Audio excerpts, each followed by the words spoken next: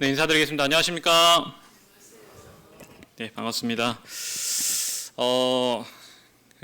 어머나, 넘어갔네요. 저는, 저희 이모부께서 최근에 돌아가셔가지고, 청주가 저희 외가댁이거든요. 그래서 어제 이렇게 발인하고 이렇게 내려오는데, 장마 전선이 무섭더라고요. 그래서 청주에서 중부지방으로 내려오는데 비가 막 엄청나게 내리다가 이제 울산 내려오니까 갑자기 맑아지더라고요. 그래서 장마 전선이 중부지방에서 되게 싸우고 있었나 보다 이러면서 왔습니다. 저희 이모부가 이제 몇 년 전에 저희 할아버지 돌아가셨을 때 이렇게 뵀었었는데 그때만 해도 진짜 뭐 아무런 그런 문제가 없었는데 갑자기 이제 암에 걸리셨다는 소식을 듣고 이렇게 서울에서 이렇게 입원하시다가 이렇게 청주에서 가료하시다가 돌아가셨는데 저희 어머니께서 이렇게 주변에 있는 형제님들 통해서 개인 교제도 하고 이렇게 복음도 시인하시고 또 저희 사촌 동생이 또 아는 친구 중에 또 교회 다니는 친구가 있어서 이렇게 교제도 했었다 이런 얘기를 들었었습니다.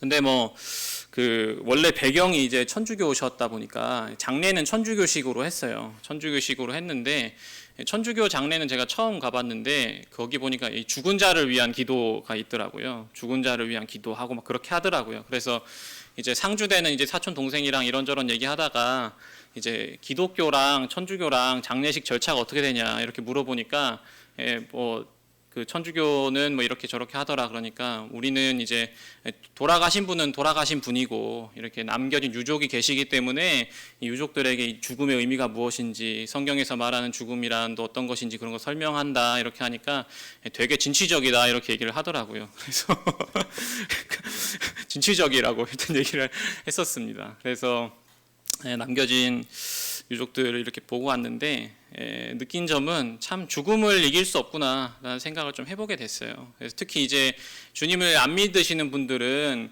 이제 저희 지켜보는 저희 어머니랑 저는 이제 이모부가 결국은 구원을 시인했느냐 안 했느냐 이게 사실은 중요한 거고 그 다음에는 그냥 이렇게 덤덤하게 지켜볼 수 있는데 이제 남겨진 다른 가족들은 그런 것들에 대해서 전혀 생각을 못 하시니까 죽음을 슬퍼하고 하는 것을 보면서 사람이 죽음을 이길 수 없구나 그런 것을 좀 느끼고 오는 시간이었습니다. 공교롭게도 오늘 이렇게 전해 드리려고 하는 말씀 주제가 오늘 우리를 있게 한 부활이라는 주제로 이렇게 말씀을 준비하게 됐는데 이제 조금 맞는 것 같아요. 우리 한번 본문인 고린도전서 15장 3절에서 8절입니다. 위에 있는 화면을 참고하셔도 좋겠고 성경책 피셔서 우리 한번 같이 한번 읽어보도록 하겠습니다. 고린도전서 15장 3절에서 8절입니다.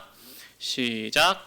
내가 받은 것을 먼저 너희에게 전하였노니 이는 성경대로 그리스도께서 우리 죄를 위하여 죽으시고 장사 지낸 바 되셨다가 성경대로 사흘 만에 다시 살아나사 게바에게 보이시고 후에 12 제자에게와 그 후에 500여 형제에게 일시에 보이셨나니 그 중에 지금까지 대다수는 살아있고 어떤 사람은 잠들었으며 그 후에 야고보에게 보이셨으며 그 후에 모든 사도에게와 맨 나중에 만삭되지 못하여 난 자 같은 내게도 보이셨느니라.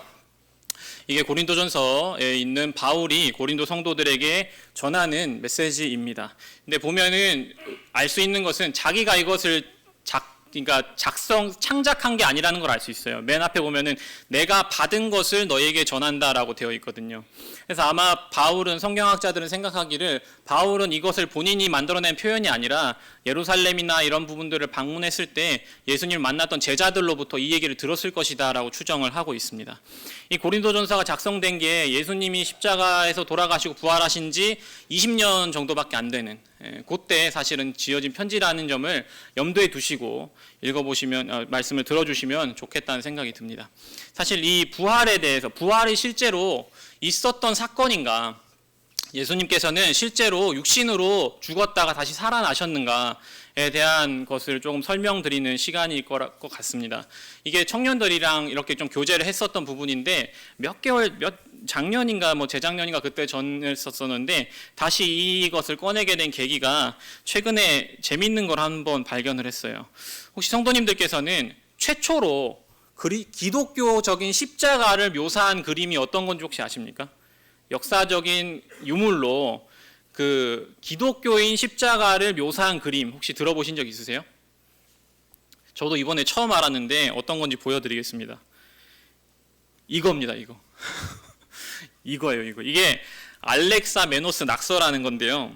이게 AD 1세기 말, 그러니까 한 뭐 90년, AD 90년, 그러니까 예수님 돌아가신 지 한 40년도 안 되는 그때쯤부터 한 2세기까지 이렇게 걸쳐져 있는 낙서입니다, 낙서.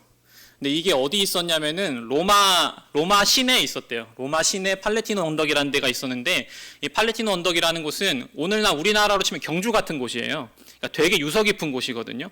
그러니까 그 당시 로마의 황궁이 있었던 곳입니다.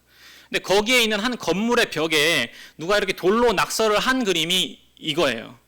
여기 보시면은 그 십자가에 누가 달려 있는데 머리가 당나귀 머리죠.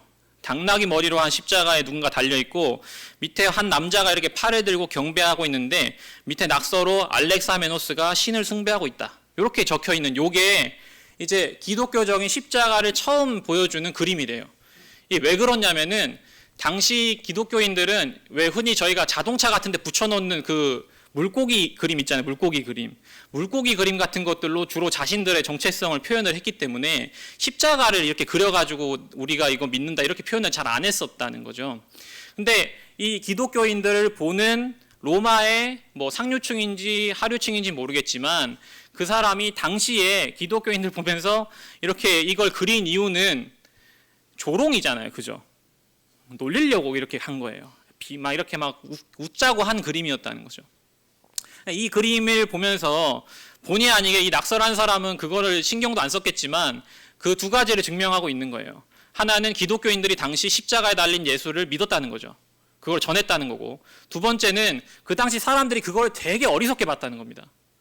그렇지 않습니까? 그러니까 당나귀 모습으로 한 사람이 십자가에 달린 그림을 보면서 우리는 본의 아니게 초대교회 성도들이 얼마나 조롱받고 얼마나 사실은 어리석은 사람 취급받으면서 살았는가를 이렇게 반면 교사로 사실 볼 수가 있는 것이죠. 최근에 제가 이런저런 사례들을 많이 보는데, 그 사도행전 17장에 가면은 바울이 아테네 사람들에게 이런 표현을 해요. 이는 사람으로 혹 하나님을 더듬어 찾아 발견하게 한다라는 표현이 나오는데, 요새 사람들이 하나님을 더듬어 찾기 시작한다는 사례가 조금씩 나오는 것 같아요. 이 사람들이 기독교적인 배경이 있는 것도 아니고 예전부터 신앙심이 특출한 것도 아닌데 역사적인 어떤 자료, 과학적인 어떤 자료만 가지고 이렇게 토론하고 따지고 묻고 하다 보니까 하나님의 존재, 그리고 예수님께서 부활하셨다라는 사실, 그런 것들을 인정할 수밖에 없는 그런 사람들이 조금씩 나오고 있다라는 것입니다. 유명한 왼쪽에 있는 대머리 하신 분은 유명한 유튜버인데 구독자가 2천만 명이래요. 2천만 명이고 미국 대통령 선거할 때 트럼프 대통령 후보도 그 당시 가가지고 게스트로 초청됐을 만한 유명한 사람인데, 이 사람들이 종교, 뭐 과학, 뭐 이런 각계각층의 전문가들이랑 이렇게 대담을 하다 보니까 이거는 기독교에 대한 사실을 그냥 외면할 수가 없는 거예요. 그래서 이분이 이제 교회를 출석하신다라는 소식이 좀 있다고 하던데, 또 중간에 있는 사람은 이제 예수는 역사다라는 책으로 유명하신 분인데, 와이프가 이제 교회 다니기 시작했는데 본인은 신문사 기자였었단 말이죠. 도저히 와이프가 교회 다니지 못하게 하려고 나름대로 예수님에 대해서 조사를 해보다가 본인이 사실은 교회를 다니게 된, 그래서 나중에 본인이 그냥 목사가 된 그런 케이스라는 것이죠. 또 오른쪽에 계시는 분은 이제 철학가셨는데 별명이 가장 악명 높았던 철학가래요. 근데 이분이 계속 이렇게 토론하고 뭐 예수님의 부활이니 신이 존재하는 이런 부분에 토론을 하다가 결국 2004년에 다 자기가 무신론 버렸다. 무신론은 가짜 같다. 이렇게 선언을 하고 이제 2010년에 돌아가신 그런 사람들을 보면서 이제 하나님을 더듬어 찾기 시작한 사람들이 많이 생기기 시작하더라. 어떻게 보면 이걸 보면서 이제 진짜 주님이 오실 때가 가깝지 않았나라는 생각도 좀 해보게 되고 그렇습니다. 그래서 제가 오늘 말씀드릴 이 부활 논증은 성경적인 부분은 참고로 하겠지만 다른 부분들을 좀 설명을 드릴 게 좀 많이 있을 것 같아요. 사실 내용 자체는 되게 간단하거든요. 이 아래 사실은 역사적으로 증명된 사실이라는 것입니다. 같이 한번 읽어보면 좋을 것 같습니다. 예수님은 이라고 되는데 한번 같이 읽어볼까요? 시작. 예수님은 로마 총독 빌라도의 십자가형으로 사망하고 공회위원 아리마대 요셉 묘에 매장되었다. 3일 후에 그를 따르던 여성에 의해 그 무덤은 빈 채로 발견되었다. 요 내용이 역사적인 사실이라는 거예요. 줄여서 빈 무덤이라고 줄일 수 있겠죠. 두 번째 증언 이후부터 같이 한번 읽어보겠습니다. 시작. 이후 다양한 개인과 집단이 각각 다른 장소와 환경에서 다시 살아난 예수님의 출현을 경험했다고 주장했다.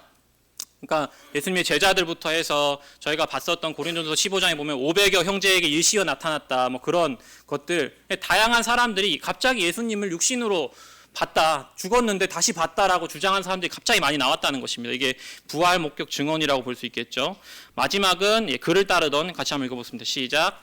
그를 따르던 제자들은 모든 반대할 이유에도 불구하고 예수님이 죽음에서 육신으로 부활하셨다는 사실을 죽음으로 각오하고 전했고 실제로 대부분 순교당했다. 요 앞에 이 세 사실은 저희가 그냥 믿고 싶어서 믿는 게 아니라 그냥 역사적으로 증명된 사실이라는 거예요. 무덤이 비었고 갑자기 사람들이 육신으로 부활한 예수님을 봤어. 제자들도 봤어. 여인들도 봤어. 500의 형제들도 봤어. 이런 사실들이 계속 늘어났고 그 다음에 제자들은 환경적으로 예수님이 육신으로 부활했다라고 주장 안 해도 되는 수많은 환경에도 불구하고 죽음을 무릅쓰고서라도 예수님이 죽음에서 부활했다고 주장하기 시작했다. 이 세 개는 역사적인 사실이라는 겁니다. 뭐 기독교인들만 믿고 이런 게 아니라. 그래서 사실 이 세 가지를 봤을 때, 이 세 가지 사실을 봤을 때 가장 합리적인 설명이 뭐겠느냐? 그것은 하나님께서 예수님을 죽음에서 다시 살렸다. 요게 가장 합리적인 설명 아니겠느냐라고 하는 게 이제 부활 증언 논증의 내용입니다. 좀 이해가 되십니까? 그럼 요 앞에 세 가지에 대해서 조금만 좀 설명을 드리려고 합니다. 일단 첫 번째는 그걸 들어가기 전에 이제 성경이 대단히 역사적으로 훌륭한 문서라는 것을 먼저 좀 말씀을 드리고 싶어요. 저희가 어떤 사람이랑 이렇게 기독교에 대해서 예수님에 대해서 얘기하다 보면은 성경이 진짜인지 어떻게 알아? 어떻게 믿어? 이렇게 많이 얘기하잖아요. 그죠? 그러면 이제 저희가 대답하기를 성경이 스스로 진실이라고 얘기하고 있어 라고 얘기를 할 수 있지 않습니까? 그죠? 그거 안 믿으신 분 계십니까? 성경이 스스로 진리라고 얘기를 하고 있어. 그렇기 때문에 성경은 진짜야. 이렇게 얘기를 하는 게 솔직히 좀 궁색하긴 하잖아요. 내가 진짜다라고 얘기했기 때문에 나는 진짜다라고 얘기하는 게 솔직히 나는 그렇게 믿고 있지만 남한테 그렇게 얘기하기가 좀 궁색한 부분이 있습니다만 오늘 말씀드리고 싶은 것은 이렇게 얘기하는 데 있어서 좀 자신감을 가져도 좋다라고 말씀드리고 싶어요. 왜냐하면 성경은 한 권의 책이 아니기 때문이에요. 성경 몇 권입니까? 66권이잖아요. 구약 39권에 신약 27권입니다. 특별히 신약 27권은 여기 적혀 있지만 문서를 신뢰할 수 있는 정도가 그 시대 어떤 문서보다 가장 하이하고 높다라는 거예요. 그래서 성경 27권이 각자 다른 저자들이 다른 이유로 다른 환경에서 각자 이렇게 적어서 이렇게 쭉 퍼져 있었는데 다만 교회는 그 문서들을 이렇게 모아가지고 이렇게 신뢰할 수 있는 문서, 진짜 말도 안 되는 얘기하는 문서들이 있을 수 있잖아요. 그런 것들은 걷어내고 신뢰할 수 있을 만한 문서를 모아놓으니까 이게 성경이 됐거든요. 그러니까 이게 검증이 가능한 신뢰할 수 있는 신뢰성이 높은 문서라는 것입니다. 게다가 이게 예수님이 죽고 나서 한 200년 후에 쓰거나 아니면 300년 후에 쓰거나 이런 게 아니라 돌아가신 지 얼마 안 됐을 때 썼다는 거죠. 저희가 아까 봤었던 것처럼 고린도 전서는 예수님께서 돌아가신 지 20년밖에 안 됐는데 이제 바울이 그 증언을 적었던 문서지 않습니까? 그러니까 수많은 사람들이 미래에 이 책이 이런 성경책이 될 거라는 것은 상상도 못한 채로 그냥 각자의 이유로 편지도 쓰고 기록도 남기고 하고 그걸 모아보니까 성경이 됐는데 모아서 서로 비교를 해보니까 이게 대단히 얘기가 잘 맞는 겁니다. 그러니까 성경이 스스로 진리를 얘기하고 있다고 충분히 얘기해도 된다는 것이죠. 이 증거가 얼마나 많냐면은 신약 사본이 그러니까 성경을 베껴 적은 문서가 그 당시 나와 있던 베껴 적인 문서가 5,800개, 5,600개 정도 된답니다. 이게 가장 압도적인 숫자거든요. 그 당시 베스트셀러가 사본이 한 1,800개 정도 나와 있대요. 근데 그거를 압도하는 엄청난 양을 갖고 있는 유일한 문서가 바로 성경 신약 성경이고요. 그리고 저희가 알고 있듯이 예수님에 대한 전기가 몇 개 있죠? 몇 개 있죠? 그렇죠. 4개잖아요. 다 아시잖아요. 그죠? 4개 있잖아요. 뭐죠? 마태, 마가, 누가, 요한 이렇게 4개 있습니다. 근데 한 유대인 평민 청년이 자기의 전기가 4개가 있다라는 것은 어떤 그 역사가가 얘기하는데 그 당시 자기 인생에 대한 전기가 4개 있었던 사람은 로마 황제밖에 없었답니다. 그러니까 이게 진짜 이상한 거예요. 유대인 평범한 청년의 이야기가 왜 4개나 다른 버전으로 나와 있고 수많은 다른 편지들과 저작들이 이렇게 있는데 다 아구가 다 맞고 그런 것들을 봤을 때 성경이 진짜라고 얘기하고 있어 라고 얘기를 해도 괜찮다는 겁니다. 누가복음 1장 1절에서 4절에 가보면은 우리 중에 이루어진 사실에 대하여 하고서 누가복음 시작하면서 이렇게 좀 적어놓은 표현들이 있습니다. 근데 이게 그 당시 역사책을 쓸 때 그렇게 공식적으로 적는 표현이었대요. 그러니까 수많은 누가 말고도 다른 역사가들이 있을 거잖아요, 그죠? 여러 가지 뭐 우리나라로 치면 삼국사기 같은 그런 것들, 조선왕조실록 같은 것들을 그 당시에도 남겼을 텐데 그때 이제 누가가 같은 이렇게 우리 중에 이루어진 사실에 대해서 내가 목격자들로부터 이것을 받아들었고 이런 것들을 해서 당신에게 이걸 전한다라는 이 문구가 되게 공식적인 역사서 문구랑 똑같다라는 겁니다. 그래서 어떤 사람은 이제 누가를 보고 어떻게 평가했냐면은 누가는 최고의 역사가다. 이 작가는 최고로 대단한 역사가들과 함께 어깨를 나란히 해야 된다라고 세계적인 지질학자가 그렇게 얘기했을 만큼 역사적으로 굉장히 신뢰성이 높은 기록이 성경책이라는 거예요. 그래서 실제로 신약을 공부하는 과학자들은 역사가들은 이 신약 성경을 가지고 연구를 하는 겁니다. 마냥 종교적인 책이 아니라는 것을 알고 계셔야 될 것 같아요. 우리는 워낙 성경을 오래 보다 보니까 당연히 이제 종교책이라는 거 알고 그리고 또 예수님 안 믿으시는 분들도 성경 그냥 종교 경전이다라고 생각하지만 이 자체가 역사적 가치가 되게 높다라는 것을 먼저 좀 말씀을 드리고 싶습니다. 첫 번째는 아까 저희가 읽어봤었던 것처럼 무덤이 비었다라는 사실이 역사적 사실이라는 겁니다. 이게 어떻게 근거가 있느냐 좀 재밌는 건데 예수님이 묻힌 거는 100% 확실하거든요. 예수님이 묻혔다는 사실은 100% 확실하기 때문에 무덤이 비었다는 사실도 100% 확실하다.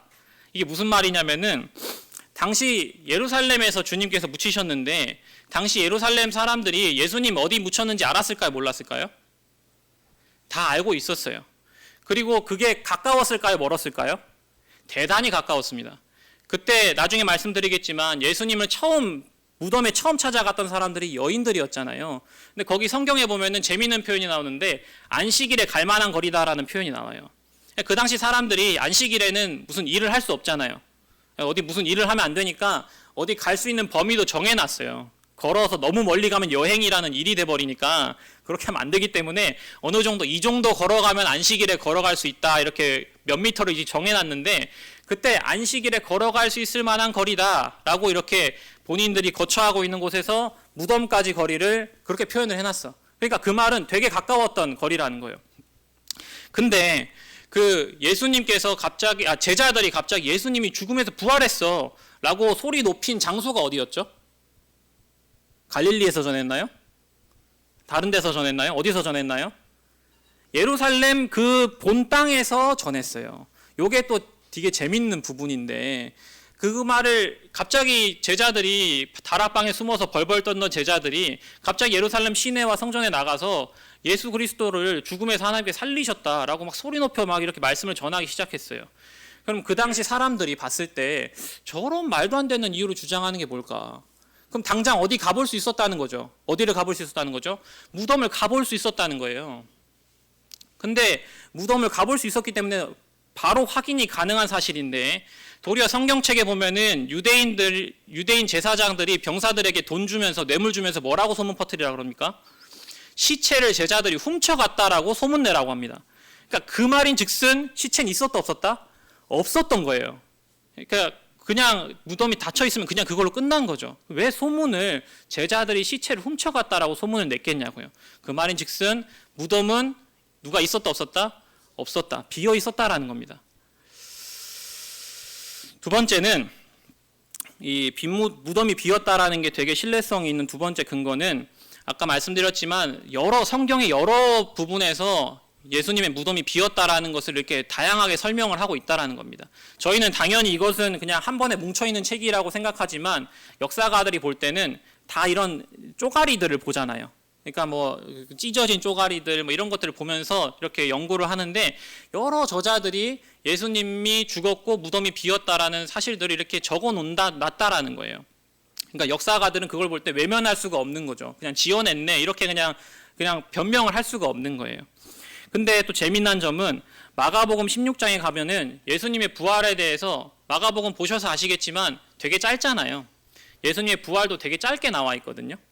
그래서 되게 간결하게 묘사를 하는데 예수님이 돌아가시고 교회가 나온 지 한 200년, 300년쯤이 돼가지고 늘 사실은 진짜 집회가 나오면 꼭 무슨 집회가 나오죠? 위조 집회가 꼭 나오잖아요. 그죠? 그래서 진짜 성경책이 나오니까 위조 성경책이 막 나오기 시작한 거예요. 그래서 그 당시 교회 지도자들은 말도 안 되는 글 같은 거를 폐기 처리하고 이런 것들이 중요한 관심사였는데 그때 이제 만들어진 이제 성경, 가짜 성경에서 예수님의 부활을 어떻게 묘사하고 있나를 보면 되게 재밌습니다. 마가복음은 그냥 있었던 일인 것처럼 뭐 제자들한테 여인들한테 먼저 내가 갈릴리로 갈 테니까 가서 기다리고 있어라 뭐 이런 정도로 얘기하고 그냥 덤덤하게 얘기하고 끝나는데 가짜 성경책 중에 하나는 어떻게 묘사를 하고 있냐면은 갑자기 예수님께서 부활하시니까 하늘이 구르릉 꽝 이렇게 치면서 돌이 알아서 쫙 열리면서 십자가가 막 뛰어서 걸어 나오고 막 천사들이 막 예수님을 어깨에 매가지고 나오면서 막 예수님이 부활하셨다 막 이렇게 막 소리가 나니까 예루살렘 궁전에 있었던 제사장들이 막 깜짝 놀라고 다 깨고 그리고 막 그렇게 했느냐 그러니까 막 번개가 꽈르릉 쳤다 네 막 이런 판타지 소설 같은 것들이 적혀 있다라는 거죠. 그러니까 그 당시 예수님이 부활했다라는 것을 전설로 지어낼 거였으면 그렇게 써야 돼요. 무슨 말씀인지 아시겠어요? 되게 화려하고 되게 뭐 있어 보이게 적어야 되는 게 마땅한데 근데 성경에서 얘기하는 부활이 예수님께서 부활을 어떻게 하셨는지 얘기를 들어보면은 너무 그냥 심플한 거예요. 돌이 갑자기 굴러갔는데 갑자기 여인들이 울고 있으니까 누굴 찾느냐 뭐 이런 얘기하고 그냥 갔다 뭐 이렇게 적혀 있단 말이죠. 역사학계에서 그런 원칙이 있답니다. 당혹성의 원칙이라는 게 있대요. 당혹성의 원칙. 이게 뭐냐면은 자기한테 불리한 얘기가 굳이 적혀 있는 이유는 아마 그것이 뭐일 가능성이 높기 때문에 사실일 가능성이 높기 때문이라는 거예요. 그러니까 과장돼서 안 적고 그냥 덤덤하게 불리한 사실을 적은 이유는 그게 아마 사실일 가능성이 높기 때문이라는 겁니다. 다윗이 밧세바를 간음해서 범하고 남편을 살인 교사해서 죽인 사람 아닙니까? 근데 그게 역사책에 그대로 적혀 있을 것을 보면서 아마 이것은 사실일 가능성이 높다라고 보는 거예요. 왜냐하면은 역사의 주인공이 불리한 사실임에도 불구하고 남겼기 때문에. 그래서 되게 간결하게 적혀 있는 것 자체가 무덤이 비었다라는 그거 되는 거고 또 하나는 무덤을 최초 발견한 사람들이 누구였죠?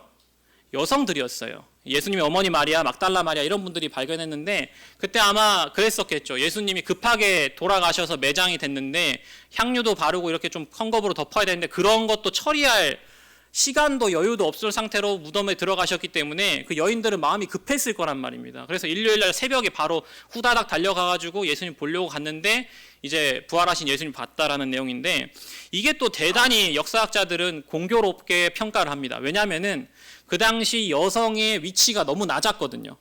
여기 보시면은 유대 사회에서 여성의 위치에 대해서 한 역사가가 이렇게 썼는데 제가 적은 게 아니라 그분이 적은 거예요.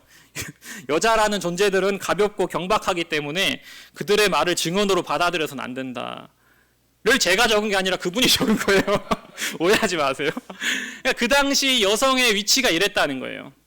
그 당시 유대인들은 기도를 했대요. 하나님 제가 이방인이나 노예나 아니면 여자로 안 태어나게 해줘서 너무 감사합니다. 이랬다는 거예요. 그러니까 당시 제자들 입장으로서도 예수님 처음 누가 발견했어? 여자들이 발견했대. 그래? 이랬을 만한 일이라는 거예요. 되게 사실은 공교로운 일이라는 거죠. 근데 그 이유를 굳이 그렇게 적은 이유는 그게 뭐기 때문이다? 사실이기 때문에 그렇게 적었다는 가능성이 높다라고 이렇게 평가를 하고 있습니다. 더 심한 말씀이 많대요. 남자아이는 행복하지만 여자아이는 불행하다 뭐 이런 말도 남겼다고 하더라고요. 여튼 그래서 그렇기 때문에 무덤이 비었다라는 사실은 역사적으로 신뢰할 만하다 이렇게 평가를 하고 있고요.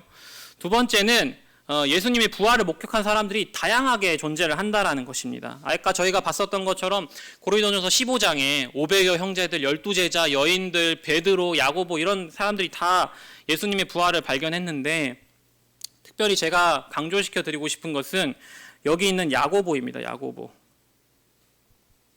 야고보. 이 야고보가 누구죠? 예수님의 육신의 동생이지 않습니까? 그죠? 예수님의 육신의 동생들은 예수님이 살아생전에 예수님 믿었나요? 안 믿었나요? 안 믿었어요. 예수님 십자가에 부활할 때까지 안 믿었어요. 십자가에 돌아가실 때까지 안 믿었어요. 근데 어느 날 이 증언이 맞다면 어느 날 예수님께서 육신의 동생 야고보에게 찾아가신 거예요. 동생아, 형이다, 뭐 이렇게 찾아가실 수도 있었겠죠. 그러니까 예수님 살아생전에 예수님을 구주로 믿지 않았던 야고보가 갑자기 어느 시점에 돌변해서 예루살렘 교회의 장로로서, 기둥 같은 성도로서 이렇게 쓰임 받고, 나중에 역사에 따르면 야고보는 돌 맞아 죽었다 그러더라고요. 돌 맞아 죽을 때까지 자기 목숨을 버릴 정도까지 그렇게 살아온 그 터닝 포인트가 뭐겠느냐. 합리적인 설명은 주님께서 야고보를 찾아가신 거예요. 이게 참 감동이었어요. 육신의 동생을 찾아가신 거예요. 그래서 여튼 수많은 사람들이 이렇게 예수님에 대해서 내가 육신으로 부활한 예수님을 봤다라고 이렇게 주장을 하고 있는 것입니다. 그거를 이제 그냥 이건 종교 문서야 그런 것들을 다 걷어내고 드라이하게 본 어떤 평론가는 이제 여러 사람들이 예수님을 봤다라고 하는 것은 역사적으로 확실할 수 있다, 이렇게 또 얘기를 하기도 했다라는 것입니다. 또 묘사하고 있는 어떤 부활의 모습이 어떤 막 환상적인 모습이 아니라 되게 육신적인 모습이었다라고 얘기를 할 수 있지 않습니까? 도마에게 어디 넣어보라 그랬습니까? 손가락 여기 넣어봐라, 구멍에.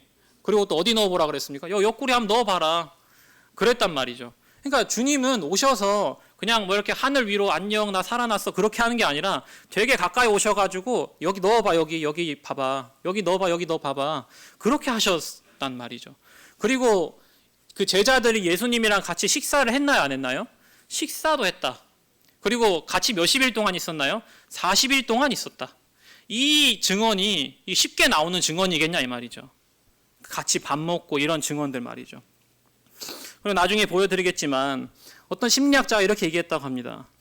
어떤 사람들은 예수님의 부활을 수많은 사람들이 각자 너무 예수님이 부활하는 것을 너무 보고 싶어서 환각을 봤다 이렇게 주장하지만 500명 사람들이 동시에 같은 환각을 본 것은 이것은 그 부활했다는 것만큼이나 믿기 어려운 얘기다, 이런 얘기를 하기도 했다라는 것입니다.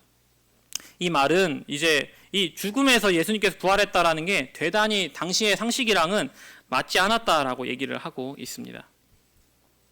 그리고 마지막은 이제 제자들이 그렇게 주장하지 않아도 될 수많은 환경적인 이유에도 불구하고 갑자기 예수님이 육신적으로 부활했다라는 사실을 증언을 막 하기 시작했다라는 거예요.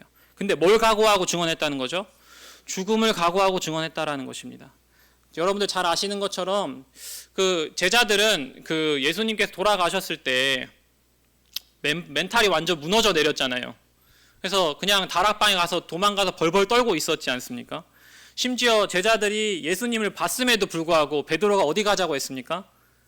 고기 잡으러 가자 그랬어요. 도저히 이렇게 회복할 수 있는 수준이 아니었어요. 갑자기 돌아가서 이렇게 예수님 그런 거 없이 그냥 고기 잡고 살다가 이제 가야겠다 이렇게 생각했던 제자들이 갑자기 무슨 계기가 돼서 갑자기 예루살렘 한복판에서 가까이 이미 무덤이 있음에도 불구하고 예수님께서 죽음에서 살아났다 그렇게 증언을 했겠냐 이 말입니다. 제자들은 예수님이 이런 식으로 죽을 거라고 전혀 기대도 하지 않았고 그런 식으로 메시아일 거라고 생각도 못했었는 제자들이 갑자기 그렇게 바뀐 이유는 주님께서 실제로 부활하셨기 때문이다, 이렇게 보는 게 자연스럽다는 것입니다.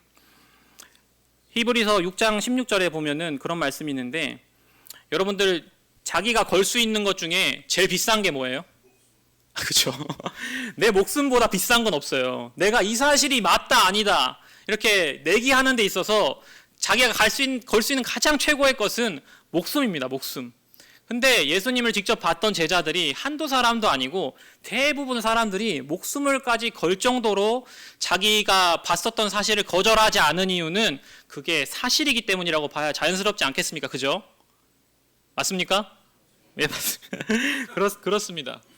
그래서 히브리서 6장 16절에 가보면은 사람은 자기보다 더 큰 것을 두고 맹세한다라고 일단 나와 있는데, 저는 그걸 보면서 그런 생각이 들었어요. 제자들이 놓여져 있는 선택지가 어떤 것이었을까? 복음서에 보면은 그 천국에 대한 비유 있지 않습니까? 밭에 대한 비유가 있잖아요. 밭에 파 보니까 보화가 있는 거예요. 그래서 그것을 얻고 싶은데 그러면 그걸 얻으려면 뭘 했어야 됐죠? 그 땅을 샀어야 됐어요. 그 땅을 기꺼이 사는 이유는 뭐 때문이었죠? 그 밑에 보화가 있기 때문이었어요. 그 땅을 사는 비용보다 건져내는 보화가 훨씬 귀한 걸 알기 때문에 그 땅을 사는 데 있어서 주저함이 없었다는 거예요. 그 사람에게 그게 당연한 선택지였다라는 거죠. 마찬가지로 그 당시 예수님을 따르는 제자들도 그런 선택이 있었다는 거예요. 자기가 죽음까지 걸 수 있었던 것은 그 밑에 파묻혀 있는 주님께서 부활하셨다라는 진리가 너무나 받아들이기 힘들고 놀랍고 거부할 수 없는 사실이었기 때문에 자신의 목숨을 기꺼이 내놓을 정도로 그 부분에 대해서는 기꺼이 목숨을 바쳤다라고 생각할 수 있는 것입니다. 그래서 이것은 역사적으로 증명된 사실이라는 것입니다. 첫 번째는 무덤이 비었다. 두 번째는 다양한 사람들이 부활을 목격했다. 그리고 세 번째는 이제 제자들이 죽음을 감수하고서라도 이제 그 자신이 예수님이 부활하셨다는 사실을 전했다. 이것은 다시 말씀드리지만 이게 뭐 성경을 믿는 사람만 받아들이는 게 아니라 역사적으로 확인된 사실이라는 거예요. 그럼 이 세 가지 사실을 봤을 때 나올 수 있는 자연적인 결론은 뭐죠? 하나님께서 예수님을 부활로 살리셨다. 이게 자연스러운 결론이 될 수밖에 없다라는 내용이라는 것입니다. 얼마나 이 사실이 너무나 역사적으로 맞냐면은 반론들이 이렇습니다. 그러니까 역사가들도 이 사실에 대해서는 거부할 만한 근거가 없는 거예요. 그래서 얘기를 하는 게 첫 번째가 예수님은 사실 십자가에서 돌아가신 게 아니다. 거의 돌아가실 뻔했는데 살긴 사셨다. 요게 이제 기절했다, 빈사했다라는 설이고요. 두 번째는 이제 아까 유대인들이 퍼트린 소문처럼 제자들이 시체를 훔쳐갔다. 이제 절도했다라는 거고요. 세 번째는 아까 말씀드렸던 것처럼 예수님 보긴 봤는데 다 환상으로 본 것이다. 환각설 이렇게 했다는 것입니다. 근데 이러한 반론을 제기하는 것 자체가 이 앞에 사실이 너무나 정확하기 때문에 이렇게 할 수밖에 없었다는 사실을 이해하시겠어요? 근데 보시면 아시겠지만 이게 전해드리면서 계속 말씀드렸지만 이게 사실 말이 안 된다는 걸 아실 수 있을 거예요. 십자가형이 얼마나 참혹한 형벌인지 다 아시잖아요. 그냥 기절했다가 살아나올 수 있는 형벌이 아니잖아요. 실제로 예수님께서는 확인사살로 옆구리에 창까지 찔렸다고요. 그러니까 이게 사실은 말도 안 되고 설령 거의 죽을 뻔해서 살아났다고 가정하더라도 제자들한테 이렇게 들어오셔가고 하시는 말씀이 평안이 있을지어다 하셨겠어요? 빨리 병원 가자 하셨겠죠. 이게 너무 이상한 거예요. 예수님께서는 100% 십자가에 돌아가셨다는 거죠. 두 번째는 자기 제자들이 예수님의 시체를 훔쳤다면은 죽음을 무릅쓰고 증언할 수 있겠습니까? 없습니까? 그럴 수가 없는 거예요. 자기들이 지어낸 거짓말을 가지고 목숨을 건다고요? 그럴 리가 없는 거죠. 그리고 세 번째는 아까 말씀드렸던 것처럼 환각은 환상을 봤다라고 하는 것은 한두 사람이 그냥 꿈꾸다가 본 거면 모르겠는데 이렇게 수많은 사람들이 40일 동안 본 것을 환상을 봤다 이렇게 치부할 수가 없는 것입니다. 그러니까 이러한 것들을 이렇게 객관적으로 봤을 때 하나님께서 예수 그리스도를 죽음으로 부활했다라는 게 너무나 사실 합리적인 결론이 된다라는 것입니다. 아까 제가 봤었던 예수님을 더듬어 찾은 사람들 중에 리스트로베라는 사람이 있습니다. 그 사람이 쓴 유명한 책 중에 하나가 예수는 역사다라는 책인데요. 그분이 쓴 책이 영화로도 만들어졌어요. 와이프가 교회 다니라고 해서 했는데 안 가겠다고 하면서 본인이 기자 정신으로 이렇게 적다가 이제 본인이 예수님 믿는 사람이 됐다라는 내용인데 잘 정리된 거라서 한 번만 보시면 좋을 것 같습니다.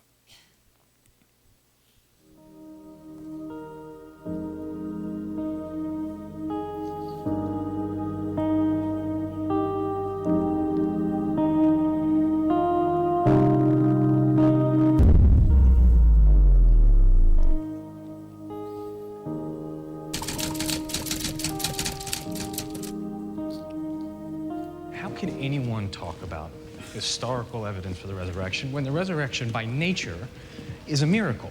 right? We all know miracles can't be proven scientifically. Really? Well, not according to historical records. Did you know that we have a report of the resurrection with specific eyewitnesses that dates all the way back to within months of the resurrection itself? That source also adds that 500 separate people saw Jesus at the same time. We're not talking decades or centuries after the cross, Mr. Strobel. It's months.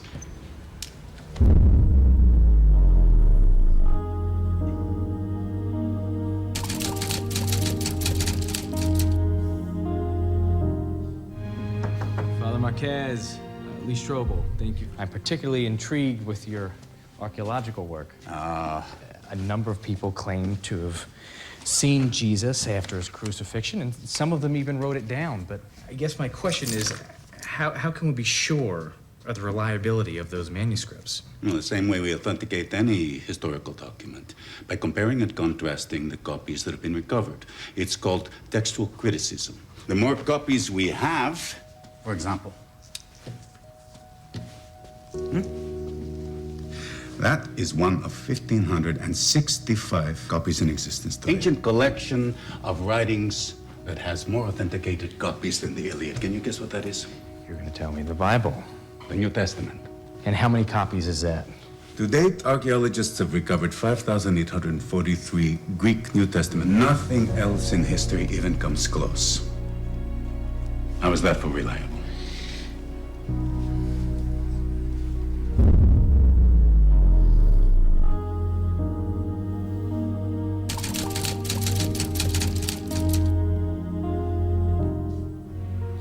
Dr. Roberta Waters, president of the American Association of Psychoanalysts, agnostic, Agnostic, why not?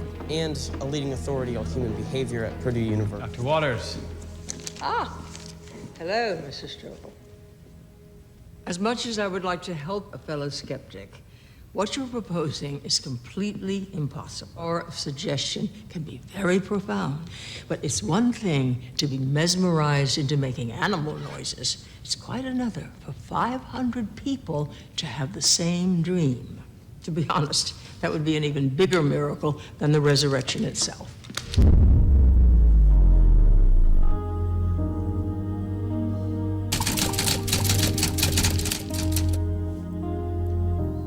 The reason the eyewitnesses were able to see Jesus after Golgotha is because he never died on the cross. Swan theory Yeah, but he passed out. He didn't die. is braided with metal balls and bone fragments. The flesh on Jesus' back would have been shredded. The very muscles and sinews themselves laid open to exposure.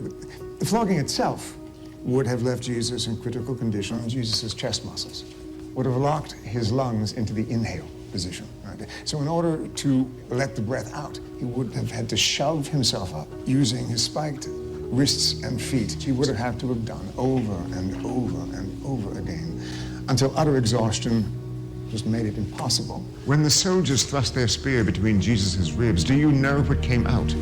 Blood and water, which we now know is a description of pericardial effusion as a result of death by asphyxiation. Do you trust the Journal of the American Medical Association?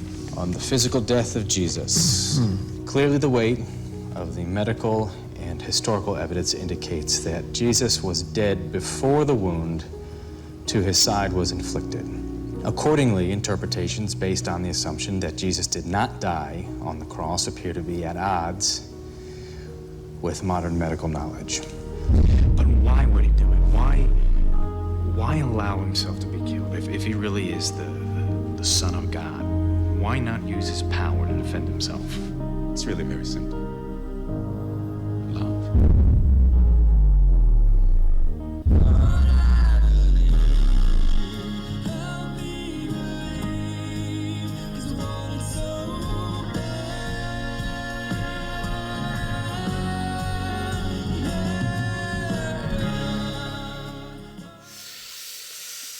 네, 잘 보셨습니까?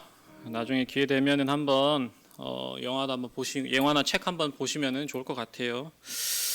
네, 저는 이걸 다시 한번 이렇게 보면서 좀 많이 감동이 되고, 특별히 이 그 낙서 있잖아요, 낙서를 보면서 생각을 좀 많이 하게 됐어요.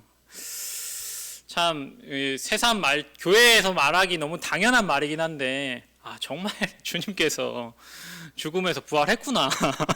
이거 제가 안 믿는 거 아니거든요. 근데 이런 것들을 이렇게 보면서 느껴지더라고요. 이게 주님께서 정말 죽음에서 부활하셨구나.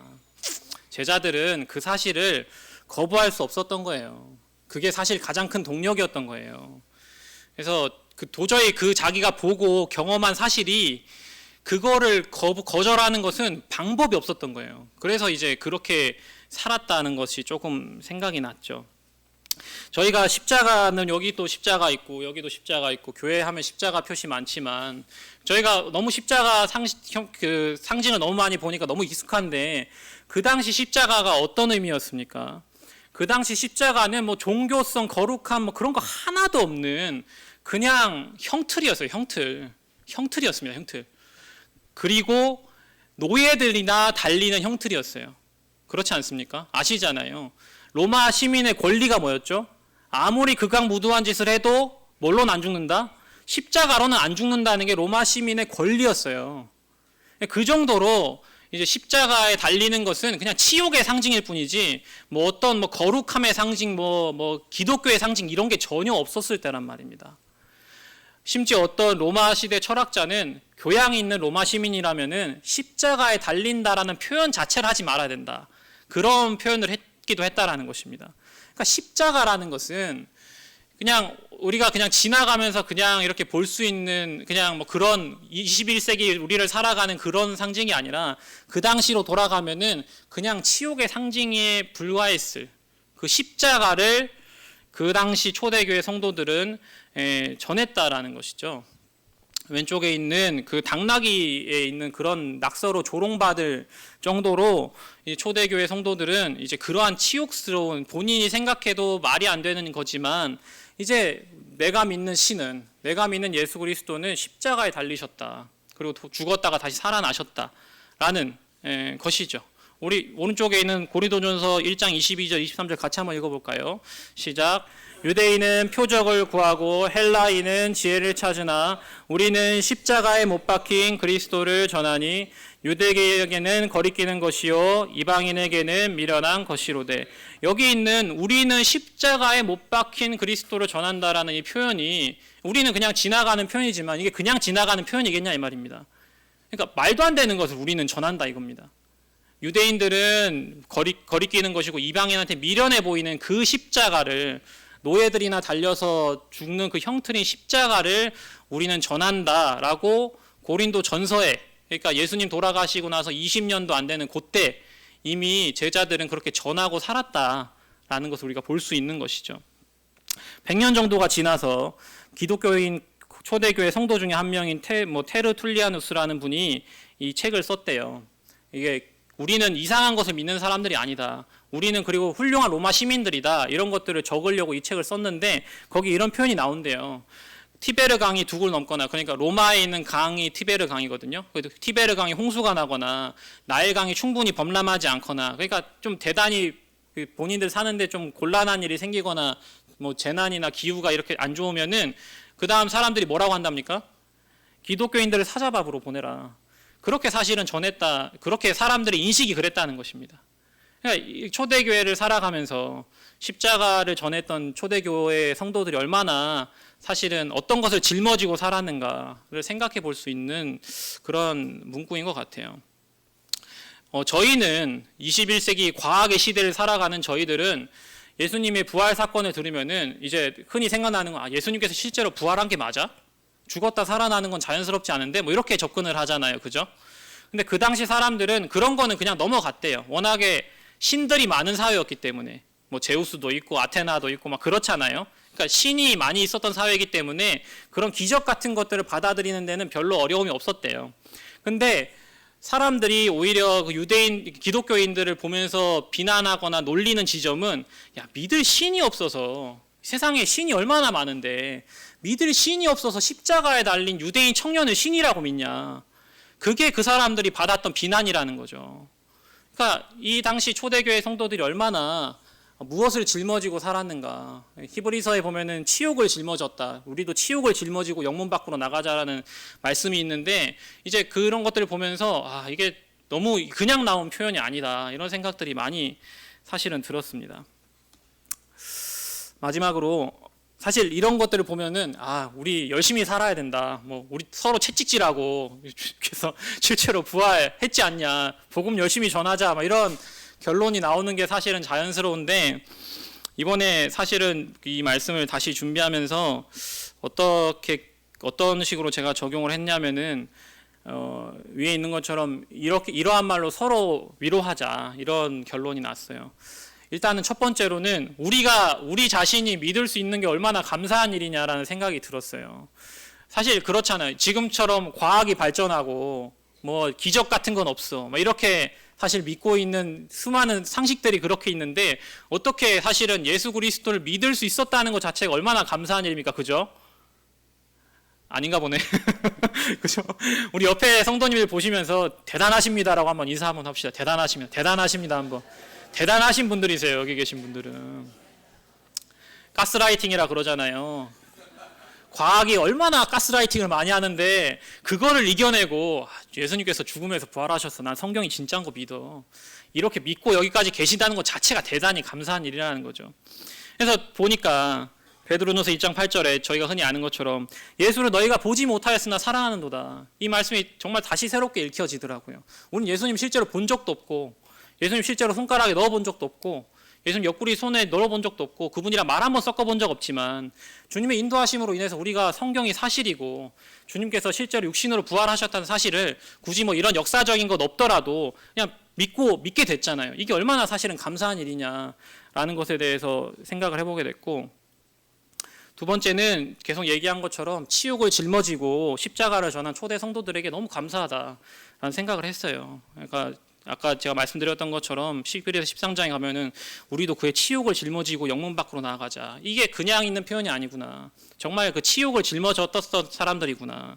아까 저희가 읽어봤었던 것처럼 세상에 수많은 신들이 있지만 우리는 십자가에 못 박힌 예수 그리스도를 전한다라는 이 표현이 가볍게 나온 표현이 아니다. 그래서 사람들이 수많은 조롱과 어떤 놀림에도 불구하고 이 부활을 전했던 초대교회 성도들에게 감사한다라는 생각이 좀 새삼 들었고 마지막으로는 부활하신 그리스도 자체에게 참 감사하다라는 생각이 들었어요. 참 제가 주제가 오늘 우리를 있게 한 부활이라는 걸로 준비를 했는데 정말 그렇습니다. 예수님께서 다 하시고 나사로도 죽은 자에서 살리시고 5,000명도 먹이시고 말씀도 전하시고 다 이렇게 사셨다가 십자가에도 달리시고 다 하셨는데 부활만 안 했다. 이렇게 한번 생각해 봅시다. 만약에 부활만 안 했다. 그러면은 우리가 있을까요? 제가 지금 여기 서 있을 수 있을까? 다시 생각해 보니까 없었을 겁니다. 정말 예수님께서 부활하지 않으셨다면 제자들은 그냥 그대로 죽었을 거예요. 그대로 죽고 그 제자들과 초대교회 성도들 다 그 자기가 죽음을 무릅쓰고 내가 본 사실을 거절할 수 없다라고 순교를 무릅쓰고 여기까지 오지 않았을 거예요. 주님께서 부활하셨기 때문에 오늘 우리가 있는 겁니다. 그러니까 제가 무슨 부활의 어떤 뭐 신앙적인 가치, 뭐 영적인 가치 이런 것들도 너무 사실은 중요하지만 부활하신 그 자체가 너무나 중요하다라는 거예요. 이게 신앙적으로 어떻게 들리냐 그것도 물론 중요하지만 예수님께서 우리를 위해서 부활하지 않으셨다면 만약 그렇다면 우리는 아마 여기 없을 거라는 거죠. 이 세상도 이렇지 않았을 거라는 겁니다. 교회가 여기까지 올 수도 없었을 겁니다. 그러니까 주님께서 부활하셔서 말씀에 있는 것처럼 첫 열매가 되셨기 때문에 그 다음 열매가 계속 이어져서 오늘날 우리까지 이어졌다라는 걸 생각해 볼 때 부활하신 주님께 너무 감사드린다라는 생각이 좀 들었습니다. 우리 밑에 있는 그러나 이제 있는 고린도전서 15장 20절 한번 같이 한번 읽어보도록 하겠습니다. 시작. 그러나 이제 그리스도께서 죽은 자 가운데서 다시 살아나사 잠자는 자들의 첫 열매가 되셨도다. 네, 부활하신 주님께 새삼 감사드리고 오늘 저희는 이제 부활 논증에 대해서 간단하게 좀 살펴봤습니다. 세 가지 사실은 역사적으로 신뢰할 만한 사실이라는 겁니다. 첫 번째, 예수님은 돌아가셨고 무덤은 비어 있었다. 두 번째, 갑자기 다양한 사람들이 나 갑자기 예수님 봤어. 만져봤어, 대화도 나눴어, 같이 밥도 먹었다라는 증언들이 갑자기 나오기 시작했다는 거예요. 세 번째, 그리고 그 당시 사회 상황으로 예수님이 부활했다라고 주장하지 않아도 될 수많은 이유에도 불구하고 갑자기 제자들이 죽음을 각오하고서라도 예수님은 부활했어라고 주장하기 시작했다라는 겁니다.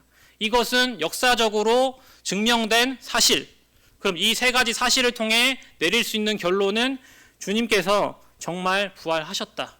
이게 자연스러운 결론이다 라고 하는 것이 이 부활 논증입니다. 그래서 저희가 이러한 것을 저희가 흔히 알고 있는 상식 같은 이야기를 새삼 다른 시선으로 이렇게 보니까 더욱더 감사한 것 같아요. 주님은 정말 육신으로 부활하셨습니다. 이러한 사실을 가지고 서로 위로하는 저희들이 됐으면 좋겠습니다. 기도하고 마치도록 하겠습니다. 아버지 하나님, 감사를 드립니다. 정말 우리를 위해서 돌아가셔서 또 부활하셔서 우리 잠자는 자들의 첫 열매가 되신 예수님 참 감사를 드립니다. 저희들을 위해서 부활하지 않으셨다면 저희는 이 자리에 없었을 거라고 확신합니다. 지금 저희들을 위해서 참 첫 열매가 될 수 있는 본을 보여주시고 그 사실을 거부할 수 없고 그 사실을 외면할 수 없었던 참 다락방에서 벌벌 떨던 제자들이 정말 주님의 이러한 사역을 보고 정말 죽음을 무릅쓰고 담대하게 주님의 부활을 전하는 사람들이 된 것에 또한 감사드립니다. 이러한 놀라운 사실을 참 믿게 해주신 것 또한 감사드립니다. 저희들이 이러한 말로 서로 위로할 수 있고 이러한 말로 서로 저희가 소망을 품고 살아갈 수 있음에 감사드립니다. 모든 것에 감사드리며 우리 주 예수 그리스도의 이름으로 기도드렸습니다. 감사합니다.